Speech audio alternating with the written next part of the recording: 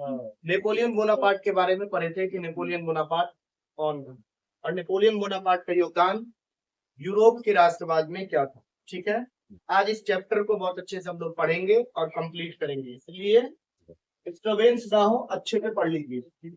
Europe में राष्ट्रवाद, ठीक है, कुछ कुछ चीजें हैं जिसको बहुत इंपॉर्टेंट इनिशियल से पढ़ लेते हैं। 9 तारीख है, पहला हम लोग क्या पढ़े थे?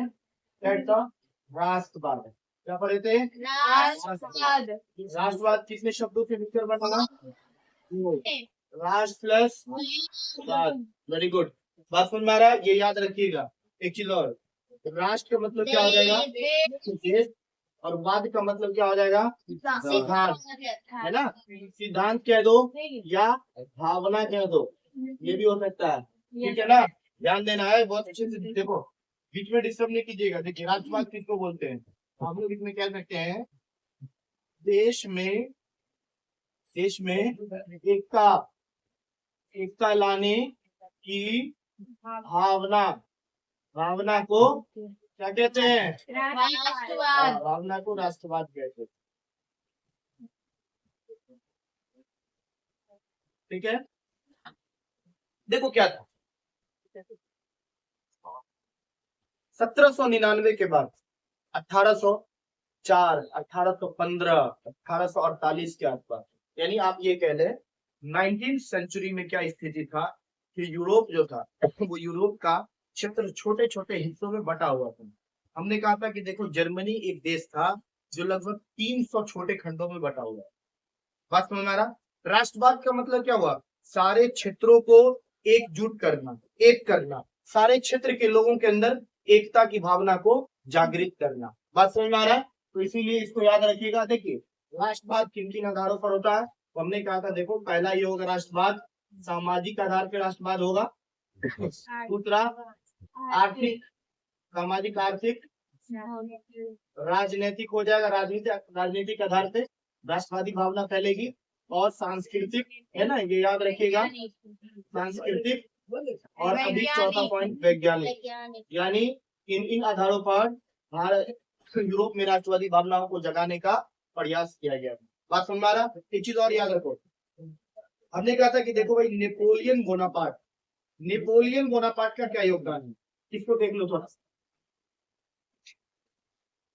अगर हम लोग नेपोलियन बोनापार्ट के बारे में पढ़ाई करते हैं, थोड़ी सी कुछ चीजों को पढ़ते हैं, तो हम लोग क्या करते हैं, एक वृक्ष के माध्यम से जैसे पढ़ रहे हैं, मान लो इस तरह से पढ़ लेते हैं, ऐसे पढ़ लेते हैं 1769, ठीक है, यहाँ से ऐसे निकाल देते हैं 1799, यहाँ से ऐसे निकाल देते हैं, ये हो जाएगा 1804, ये हो जाएगा 1812, ठीक, और यहाँ हो जाएगा 1815, और यहाँ हो जाएगा 1821।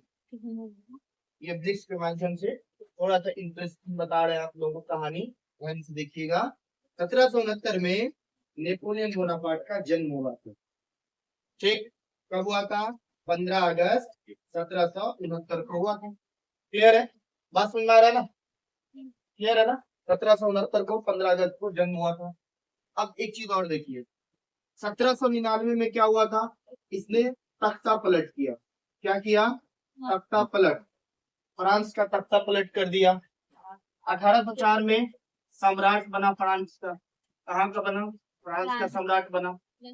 ठीक है, 1812 में रूस से असफलता मिली इसको, रूस से इसको असफलता मिला, है ना? ये सारी चीजें आप लोग पढ़े हुए हैं। ठीक है, 1815 में वाटरलू की लड़ाई हुई और 1821 में मर गया, मृत्यु हो गई इसकी। कहाँ? हेलेना द्वीप पर मृत्यु हो गई। ठीक है, तो ये हमारे कहने का मतलब, ये नेपोलियन बोनापार्ट था। ध्यान दीजिए अच्छे से, नेपोलियन बोनापार्ट था। देखो, नेपोलियन बोनापार्ट के बारे में और क्या क्या चीजें सीख सकते हैं, जैसे ध्यान दो, कुछ चीजें इंपॉर्टेंट है। नंबर 1, नेपोलियन बोनापार्ट ने एक संस्था की स्थापना की जिसका नाम था जर्मन राइन राज संघ। ये याद रखिएगा। बात सुनना रहा, नेपोलियन बोनापार्ट ने इसको बनाया। ठीक है, चलिए और दूसरी चीज है, नेपोलियन बोनापार्ट ने एक कोड बनाया, इसका नाम था नेपोलियन कोड, है ना। कल हम पूछे थे कि देखो कोड कब बना था, तो याद रखना 1804 में नेपोलियन कोड बना। नेपोलियन बोनापार्ट ने जो कोड बनाया नेपोलियन कोड, वो 1804 में बनाया। नेपोलियन कोड क्या होता है, जिसमें कानूनों का संगठन है। कानूनों का संगठन मतलब एक ऐसा कोड जिसका इस्तेमाल करके फ्रांस में एकता की भावना को जागृत किया गया और यूरोप में राष्ट्रवादी भावनाओं को जगाने का प्रयास किया।